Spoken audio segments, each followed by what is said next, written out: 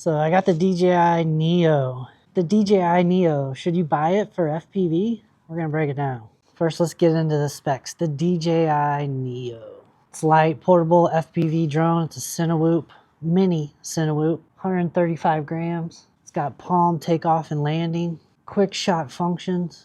You can pick several different quick shots and it'll do maneuvers, follow, circles, boomerangs, pretty cool stuff. Has multiple control options. So you can use this without a controller. You can use it with your phone. You can use it with the RC2. You can use it with the N3. And you can also use it with the FPV controller 3. 4K 30. Super stabilized video, full coverage prop guards. It has prop guards on the top. I took them off. It's pretty protective. Like, you can't, it's pretty hard to get stuff in there. Can you? Yeah, if you try hard enough. But they're claiming 17 minutes on this battery, which is pretty cool. 75 megabytes video bit rate. So for FPV, the DJI Neo is compatible with the FPV controller 3 and the N3 goggles. These are the new N3 goggles. Pretty cool. I'll go over these. But you can also use it with the goggles 3. These are the new ones. The goggles 3 do it.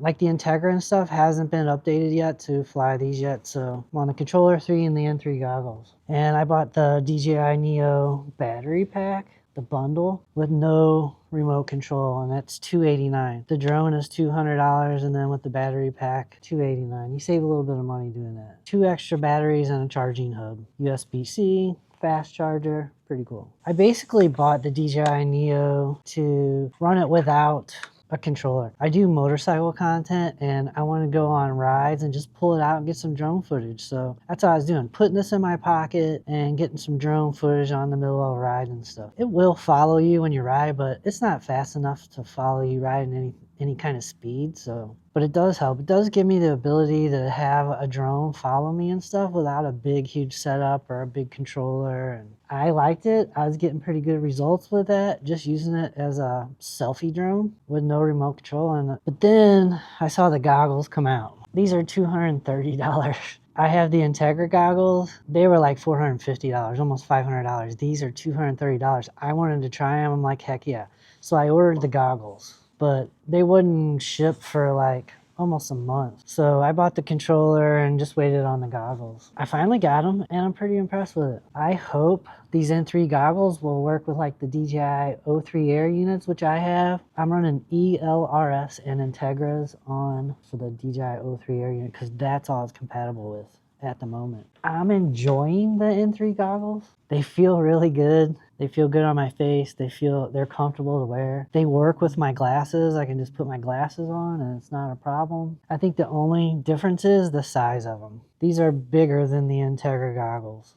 For $220, $230, like, you can't beat it. Like I say, I'm hoping the N3s will work with the DJI O3 eventually. Normally they update it. Normally they wait a couple months and then they update it. But right now, the only thing you can use is the VADA and the Neo as far as the N3 goes. They're releasing a DJI O4 Air unit and these are gonna work with that, but that's not out yet. I went for my first FPV flight and I basically took off in normal mode and then switched to FPV. I switched from normal mode to take off and then I switched to sport and then manual mode to fly around. I left it in manual mode, but I did leave the manual mode limiter on so it doesn't allow it to flip too much angle so you don't get crazy on it. And then when I landed, I just switched back to normal and came in and landed. The stock rates are kind of crazy. It's like 250 on the center stick on one and like 180 on another. I think 450 is the top, but I just flew those like that for a little while on my first one and it's super twitchy on the roll axis. But I'm gonna adjust those down to where I like them. I got a 12-minute flight time out of this. They say 17, but I got like 12. Try some more and see what kind of averages I'm getting, but that's about what I got right off the bat. You can also use custom buttons. They have custom button here and they have custom button here and they got one down here. So basically this stock was custom button number 2 was set up for the camera gimbal, which setting you want, high, low, medium, whatever, right? I switched it to motors on and motors off. So all the way down the motors are on It's like a regular FPV setup where you arm it and disarm it. I usually put it on the left over here, but I have to put it on the right. And then you set up manual for this here, but which I didn't have in my first one. And I do like that, like you can set the camera angle, right? Instead of like screwing and unscrewing stuff, you just set it up. Okay, so what's the pros of the DJI Neo? Well, I think it's got a lot of pros, but first pro is the price. Super affordable, 230 bucks, pretty good deal, I think. The second thing is its features. It's got tons of features. You can use it as a selfie drone, an FPV drone, a regular drone, multiple flight controllers, no flight controller. Like, it just does a ton of stuff. 4K 30, like 10, 12-minute flight times. Like, it's pretty good. For a mini Cinewhoop, it's pretty good. And then you're getting DJI performance, right? Like, you get all this performance and reliability and easy to use systems. Like, I just like it. It's pretty good. And then the other thing is it puts you in the DJI ecosystem, if you want to call it that, right? It puts me in, like, I like DJI and I'm all in on their stuff, from cameras to Pocket 3s to FPV. I use it all for making content. Pretty happy with it. What's the cons on the DJI Neo? Well, it doesn't have a ton of power, but it's decent. For a mini Cinewhoop, it's decent, right? I think some people will pick it up and, like, they're used to 5-inch freestyle drones and you're like, there's no power in it. Well, it's a mini drone. Like, it's a mini Cinewhoop. It's got decent power and it can fly decent, and you know, it cannot handle high winds, but it can handle wind decent. It can acro fairly decent. I think it acros better. I think they actually took the limiters off, so it's able to, like, you're able to do what you want with it. Limited on its size and power, right? But pretty cool. All right, so what's the conclusion? It's a lot of fun for a mini FPV Cinewhoop with 4K 30. It's a lot of fun to fly.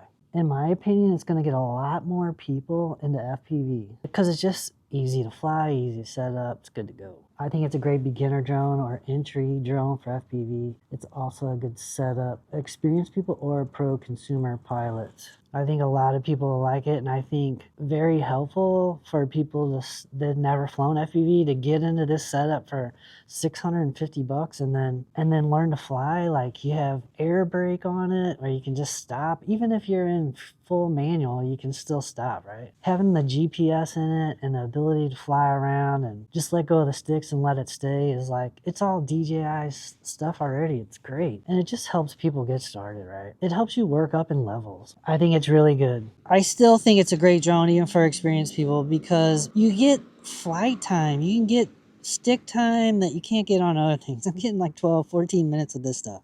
12 minutes for sure. And that's just cruising around, right? So to be able to get a lot of time on it and FPV on the sticks, this is great for that. I like being able to change my expos and stuff, try different stuff. Allows me to do that in the goggles, which is kind of versatile for the price, and it's pretty good. It's pretty good. I'm pretty happy with it. I enjoy it. Now, it doesn't acro like a 5-inch or even some of the mini drones or Cinewhoops that DJI N3 right now. It's pretty nice. It can do a lot. It's just not doing the acro stuff, and not smoothly, right? It's part of their software to try to correct all that stuff. So, like I say, the acro doesn't acro like it probably could, but what can you expect? That's why I got my Flylens 85 for. Comment below if you're going to buy a DJI Neo or if you already have one, and let us know what you think. And it's pretty comparable to the other stuff, like my Flylens 85 that I'm flying with the DJI N3, and it's fun. I just like the minis. Maybe I'm biased because I like the minis, but comment below what you think, and if you like yours or not, and if you'll be buying one, and do you FPV or DJI Neo. If you like the video I made, don't forget, comment, like, subscribe, all that good stuff, and I will catch you later.